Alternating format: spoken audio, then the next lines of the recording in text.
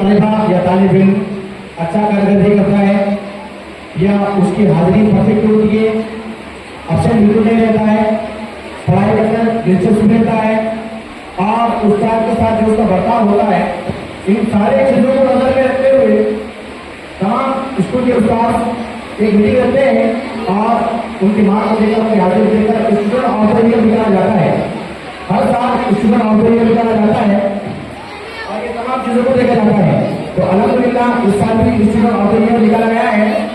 जो हमारे भाई सुरेंद्र नगर सेवक इनकी जानिब से अवार्ड दिया जाता है,